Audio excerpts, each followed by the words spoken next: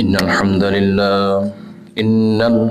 لله نحمده ونستعينه ونستغفره ونعوذ بالله من شرور أنفسنا ومن سيئات أعمالنا من يهده الله فلا مضل له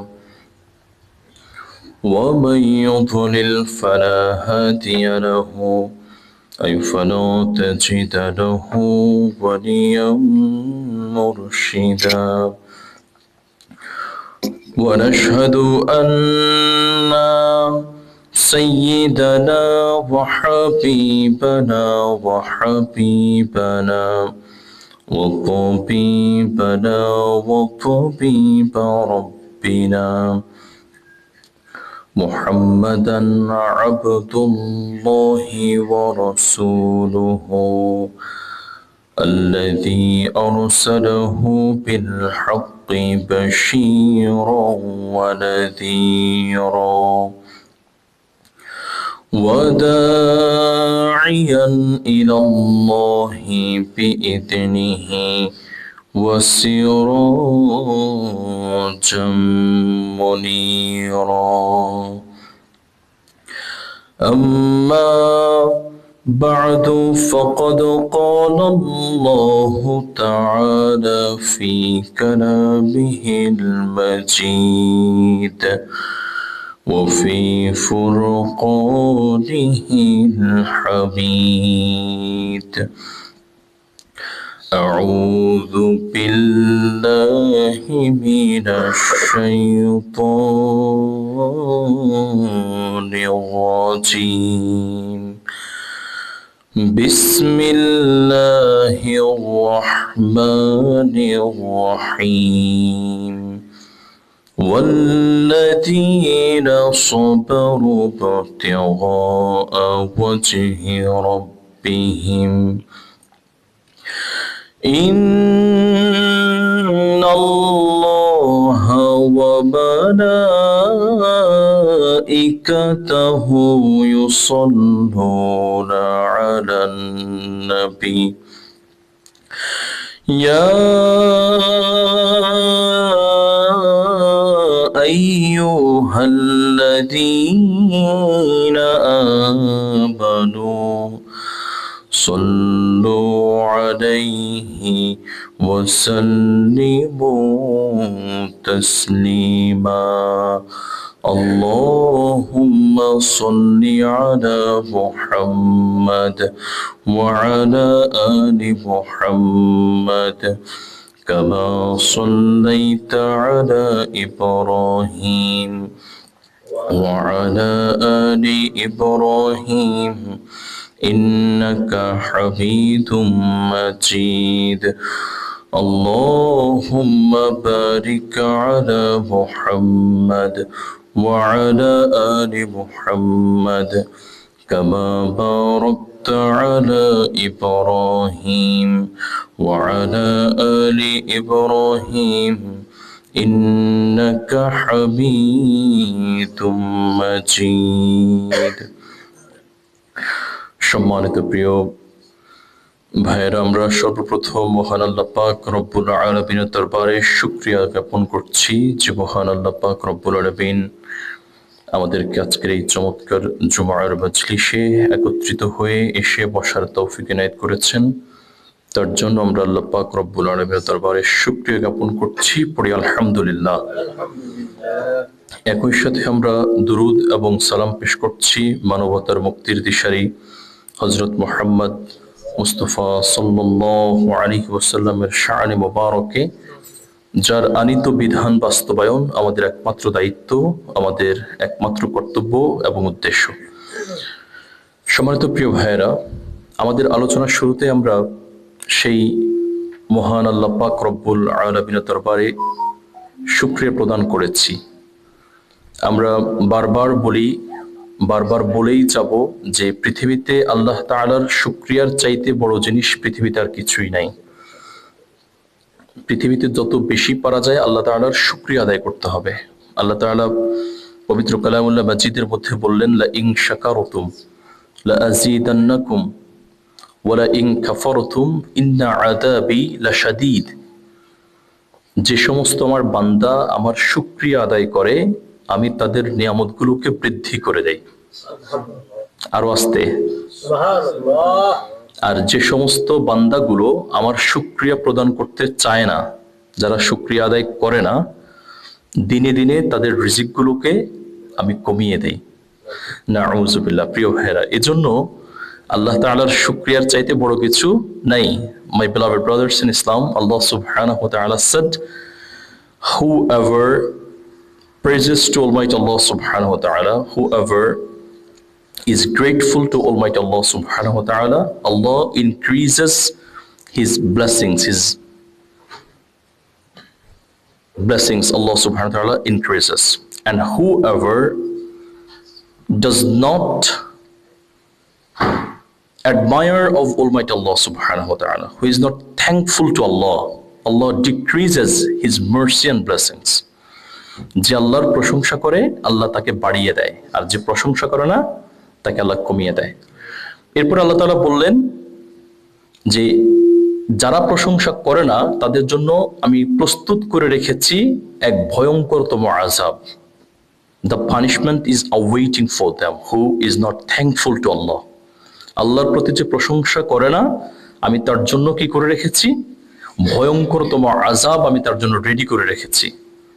শুধুমাত্র প্রশংসা না করবার জন্য সে ভয়ঙ্করতম আযাবের মধ্যে যেতে পারে। প্রিয় ভাইয়েরা, এজন্য আমাদের বাস্তবিক জীবনে আমরা প্রশংসা করব একজনের, তিনি কে? সম্মানিত প্রিয় বন্ধুগণ, আমরা গত জুমায় কথা বলেছিলাম সূরা রাদের দুটো গুণ নিয়ে। আলোকিত মানুষ কিভাবে হওয়া যায়। আলোকিত মানুষ হওয়ার জন্য দুটো গুণের ব্যাপারে আমরা কথা বলেছিলাম। আমাদেরকে কি মনে আছে? আবার রিমাইন্ড করিয়ে দিচ্ছি। প্রথম গুণটা ছিল যে ব্যক্তি আল্লাহ পাক রব্বুল আলামিনের সাথে চুক্তিবদ্ধ হয়েছিল কিন্তু চুক্তি ভঙ্গ করেছে। who broke promise to Almighty Allah subhanahu wa ta'ala, the person Allah doesn't love him. আল্লাহ তাআলা মানুষের সাথে চুক্তি করেছিল, মানুষ আল্লাহর সাথে চুক্তি করেছিল, আর মানুষ সেই চুক্তিকে ভঙ্গ করেছে। এটা ছিল আমাদের প্রথম পয়েন্ট। আর দ্বিতীয় পয়েন্টটা ছিল যে আল্লাহ তাআলা মানুষকে বলেছিল কিছু সম্পর্ক বৃদ্ধি করবার জন্য, কিন্তু মানুষ সে সম্পর্ককে বৃদ্ধি করতে চায় না। আমরা বলেছিলাম সে সম্পর্ক হচ্ছে কি? সেটা হচ্ছে আত্মীয়তার সম্পর্ক। সেটা কি সম্পর্ক? আত্মীয়তার সম্পর্ক। My beloved brothers in Islam, Allah subhanahu wa ta'ala taught us to build a relation with our family members, with our relatives. That's mandatory for a believer to build a relation with family members, with relatives. But whoever will cut up this relation, then Allah will cut up his relation with that person. যদি কোনো মানুষ তার আত্মীয়তার সম্পর্ককে ছিন্ন করে, আল্লাহ ওই ব্যক্তির সাথে তার সম্পর্ককে ছিন্ন করে দেয়। এটা ছিল আমাদের পয়েন্ট। প্রিয় ভাইয়েরা, আজকে আমরা এর পরবর্তী আল্লাহ তাআলা একজন মানুষকে আলোকিত বানাবার জন্য, for making a person enlightened, what Allah subhanahu wa ta'ala suggested us, what Allah showed us the qualities in the Quran, we are going to know inshallah. Number 3, Allah subhanahu wa ta'ala said, وَالَّذِينَ صَبَرُوا ابْتِغَاءَ وَجْهِ رَبِّهِمْ. আর ওই সমস্ত মানুষ যারা আলোকিত মানুষ হতে পারবে, তাদের আরেকটি গুণ হচ্ছে তারা আল্লাহর প্রতি ধৈর্য ধারণ করবে। বলুন সুবহানাল্লাহ। আল্লাহর প্রতি কি করবে? তারা ধৈর্য ধারণ করবে। এটি হচ্ছে আলোকিত মানুষের আরেকটি গুণ। প্রিয় ভাইয়েরা, এবং এই ধৈর্য ধারণটা হবে শুধুমাত্র আল্লাহর শুকরিয়ার জন্য। আমি বিপদে আছি, আল্লাহ আমাকে বিপদ দিয়েছে, বিপদের সময় আমি হা হুতাশ করব না। হা হুতাশ করা মুমিনের কোয়ালিটি না। আমরা বিপদের দিনে প্রায়শই হা হুতাশ করে থাকি। তো হা হুতাশ না করা, খুব বেশি ভেঙে পড়ে না যাওয়া, বরং অনেক বেশি আল্লাহর উপর ভরসা রাখা, এটা হচ্ছে একজন মুমিনের দায়িত্ব, এটা হচ্ছে একজন মুমিনের গুণ। প্রিয় ভাইয়েরা, তো আল্লাহ তাআলা বললেন ওয়াল্লাযীনা সাবারু বিতিগা ওয়াজহি রাব্বিহিম, যে সমস্ত আমার বান্দারা তাদের প্রতিপালকের উপর ধৈর্য ধারণ করতে পারে শুধুমাত্র আল্লাহর শুকরিয়ার জন্য, who is patient for the sake of almighty আল্লাহ সুবহানাহু ওয়া তাআলা, he can be an enlightened person.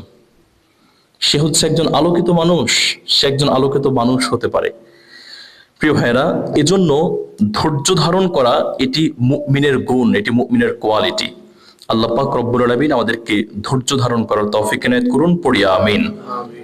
সম্মানিত প্রিয় বন্ধুগণ, মুসনাদে আহমদ ইবনে হাম্বলের বর্ণনা, হযরত ওমর ইবনে আস রাদিয়াল্লাহু তাআলা আনহু তিনি বলেছেন, নবী মুহাম্মদুর রাসূলুল্লাহ সাল্লাল্লাহু আলাইহি ওয়াসাল্লাম asked to some of his companions one day that, "O my companions, who will go to the heaven first from the creation of the world?" পৃথিবীর সৃষ্টির আল্লাহ তাআলা যে সৃষ্টি করেছেন, এই সৃষ্টি থেকে সর্বপ্রথম কোন ব্যক্তিটি জান্নাতে প্রবেশ করবে? রাসূল সাল্লাল্লাহু আলাইহি ওয়াসাল্লাম সাহাবীদেরকে জিজ্ঞেস করেছেন, who will go to the heaven first, কে প্রথম জান্নাতে যাবে? তখন সাহাবাই কেরামরা বললেন, নবী আমরা তো জানি না, এটা আমাদের চাইতে আল্লাহ এবং তার রাসূল ভালো জানেন। সুবহানাল্লাহ পড়বেন না? কে ভালো জানেন? The companions of Prophet sallallahu alaihi wasallam said, these Allah subhanahu wa ta'ala and Prophet sallallahu alaihi wasallam know more than us, আমাদের চাইতে আল্লাহ এবং প্রফেট সাল্লাল্লাহু আলাইহি ওয়াসাল্লাম বেশি জানেন। তখন রাসূল সাল্লাল্লাহু আলাইহি ওয়াসাল্লাম বললেন যে ওই ব্যক্তি জান্নাতে সর্বপ্রথম প্রবেশ করবেন যে ব্যক্তি এই দুনিয়াতে দরিদ্র অবস্থায় ছিল এবং দুনিয়ার কোনো লোভ লালসা তাকে ঘায়েল করতে পারেনি, দুনিয়ার লোভ লালসা তাকে কোনো একটি জমিনে আবদ্ধ করতে পারেনি। সেই ব্যক্তি আল্লাহর জান্নাতে সেদিন সর্বপ্রথম প্রবেশ করবেন, বলুন সুবহানাল্লাহ। My beloved brothers in Islam, Prophet sallallahu alaihi wasallam asked the companions that person who will go to the heaven first, who did not enjoy the luxurious life, who went through the struggle in this life, in this worldly life, he did not enjoy the luxurious life here in this world, he will go to the heaven first. তিনি সর্বপ্রথম জান্নাতে প্রবেশ করবেন। এরপর আল্লাহ পাক রব্বুল আলামিন ফেরেশতাদেরকে নির্দেশ দিবেন, ফেরেশতারা তোমরা ওই ব্যক্তিদেরকে তোমরা সালাম প্রদান করো, তাদেরকে সালাম জানিয়ে জান্নাতের দিকে তাদেরকে আগমন জানাও। ফেরেশতারা নাখোশ করলেন আল্লাহর কথায়। ফেরেশতারা বললেন যে আল্লাহ, আমরা আকাশের মধ্যে আপনার উত্তম সৃষ্টি, আমরা আপনার উত্তম মাখলুক, আমরা কিভাবে ওই দরিদ্র শ্রেণীর মানুষদেরকে আহ্বান জানিয়ে জান্নাতের দিকে আগমন জানাবো? এটা কিভাবে সম্ভব? তখন আল্লাহ পাক রব্বুল আলামিন বললেন, ওহে ফেরেশতারা, তোমরা কি জানো তারা সেই সমস্ত আমার বান্দা যারা পৃথিবীতে লাক্সারিয়াস লাইফ পাওয়ার পরেও তারা সেই লাক্সারিয়াস লাইফকে পৃথিবীতে এনজয় করেনি, যারা পৃথিবীতে দরিদ্র থেকে তারা আমার জন্য ধৈর্য ধারণ করেছে, বিপদের দিনে ধৈর্য ধারণ করেছে এবং অনর্গল আমার ইবাদত করে গেছে, তারা আমার সেই সমস্ত বান্দা, বলুন সুবহানাল্লাহ। তাদেরকে তোমরা আহ্বান করো জান্নাতের দিকে। এরপর আল্লাহ তাআলা এই কথা বলবার পরে ফেরেশতাগণ তাদের দিকে যাবেন, গিয়ে তাদেরকে সালাম প্রদান করবেন এবং তাদেরকে জান্নাতের দিকে আহ্বান করবেন। সম্মানিত প্রিয় বন্ধুগণ, তো এটি হয়েছে শুধুমাত্র ধৈর্যের জন্য। কিসের জন্য? ধৈর্যের জন্য। তারা পৃথিবীতে কষ্টে ছিল, হা হুতাশ করে তারা ভেঙে পড়েনি, তারা ধৈর্য ধারণ করেছে একজনের উপর। তিনি কে? সম্মানিত প্রিয় বন্ধুগণ, আল্লাহ তাআলা বললেন যারা মুমিন এবং যারা কাফের তাদের মধ্যে পার্থক্য আছে। লা তাইআসু মির রাউহিল্লাহ ইন্নাহু লা ইয়াইআসু মির রাউহিল্লাহ ইল্লাল কওমুল কাফিরুন। যারা মুমিন তারা কখনোই আল্লাহর উপর নিরাশ হয়ে পড়ে না। মুমিনের ধর্মই হচ্ছে সে সাহসী থাকবে আর ভরসা করবে একজনের উপর। তিনি কে? এটা মুমিনের ধর্ম। মুমিন অনেক বেশি সাহসী থাকবে, সে আল্লাহর উপর ভরসা করবে। আর যে হচ্ছে কাফের, সে কখনো আল্লাহর উপর ভরসা করতে পারে না। কাফের আল্লাহর উপর ভরসা করবে না, এটা কাফেরের ধর্ম। এই জন্য আল্লাহ তাআলা বললেন লা তাইয়াসু মির রাউহিল্লাহ ইন্নাহু লা ইয়াইয়াসু মির রাউহিল্লাহ ইল্লাল কওমুল কাফিরুন। কাফেরের জাতি ছাড়া মুমিন কখনো আল্লাহর উপর থেকে নিরাশ হতে পারে না, বলুন সুবহানাল্লাহ। সম্মানিত প্রিয় বন্ধুগণ, এজন্য আমরা বিপদের দিনে ধৈর্য ধারণ করব এবং আমরা একই সাথে আল্লাহ তাআলার ইবাদতে মুশগুল থেকে আমাদের জীবন পথ পরিচালনা করব ইনশাআল্লাহ। সম্মানিত প্রিয় বন্ধুগণ, এরপর আল্লাহ পাক রব্বুল আলামিন 4 নম্বর যে কোয়ালিটি বর্ণনা করেছেন, আল্লাহ তাআলা বললেন ওয়া আকামুস সালাত। ওই সমস্ত মানুষ হতে পারে আলোকিত মানুষ, they can be the most enlightened person who establish prayer in the society. তারা আলোকিত মানুষ হতে পারে যারা সমাজের মধ্যে নামাজ প্রতিষ্ঠা করবার আন্দোলন করে, যারা নামাজ প্রতিষ্ঠা করে। আল্লাহ তাআলা বললেন ওয়া আকামুস সালাত, সে ব্যক্তি আলোকিত মানুষ যে নামাজকে সমাজে প্রতিষ্ঠা করে। সম্মানিত প্রিয় ভাইরা, প্রতিষ্ঠা শব্দের অর্থটা কি? What is the meaning of establishment? Establishment stands for basically what you can build in a society permanently. যেটা আপনি সমাজের মধ্যে পার্মানেন্টলি নির্মাণ করবেন, এটাকে বলা হয় প্রতিষ্ঠা করা।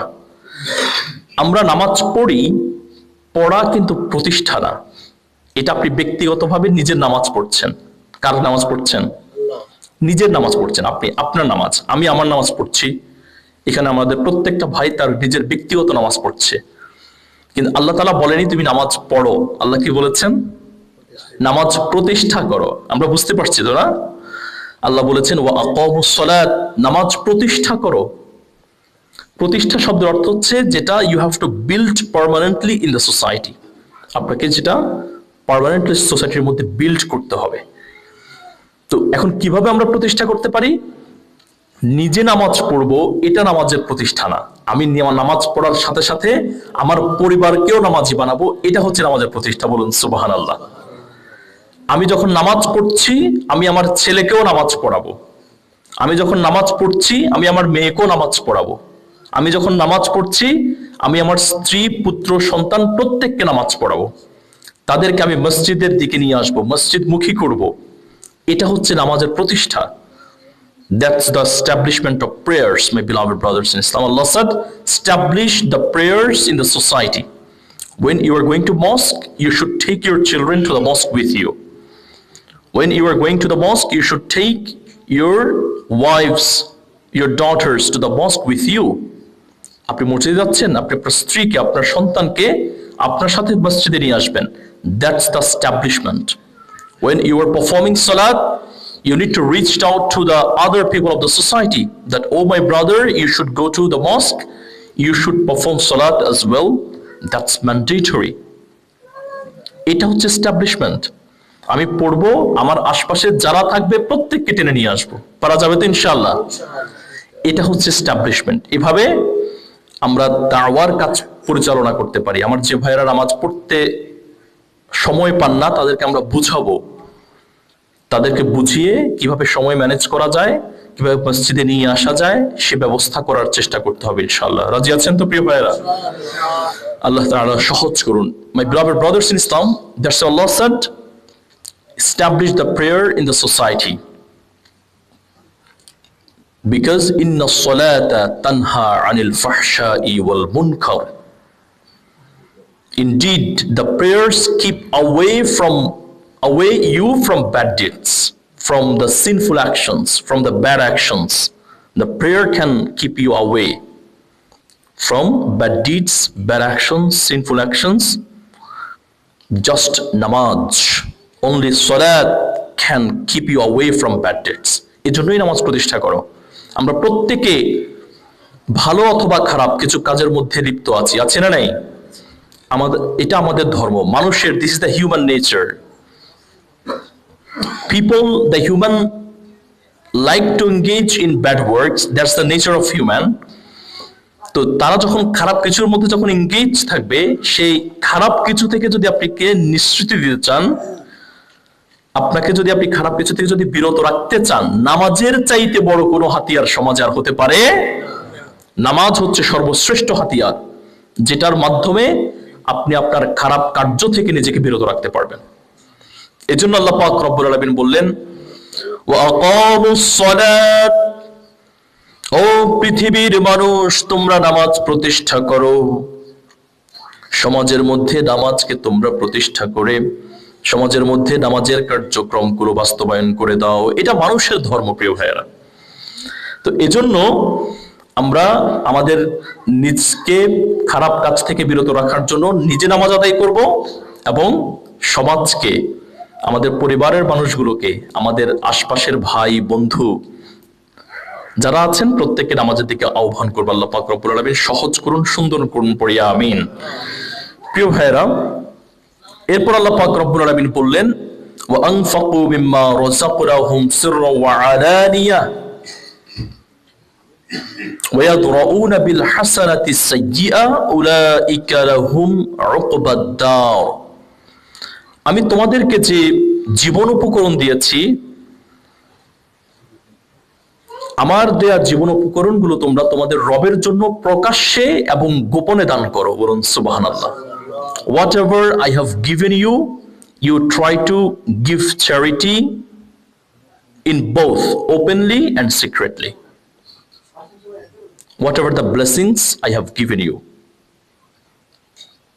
by which aspect you have been blessed by Allah, just try to give charity in openly and secretly. That's the quality of an enlightened person, Allah said. তোমাদেরকে আমি যা কিছু দিয়েছি গোপনে অথবা প্রকাশ্যে তোমরা দান করো। দানের ব্যাপারে আল্লাহ তাআলা মানুষকে উদ্বুদ্ধ করেছেন। My beloved brothers in Islam, we should donate for the sake of Almighty Allah subhanahu wa ta'ala in both ways, openly and secretly. Whatever way you like most, you can just do in that way, inshallah. আপনি সে পথেই দান করুন যে পথ আপনার ভালো লাগে। দুই পথে দান করাই জায়েজ, ওপেনলি দান করাও জায়েজ, সিক্রেটলি দান করাও জায়েজ।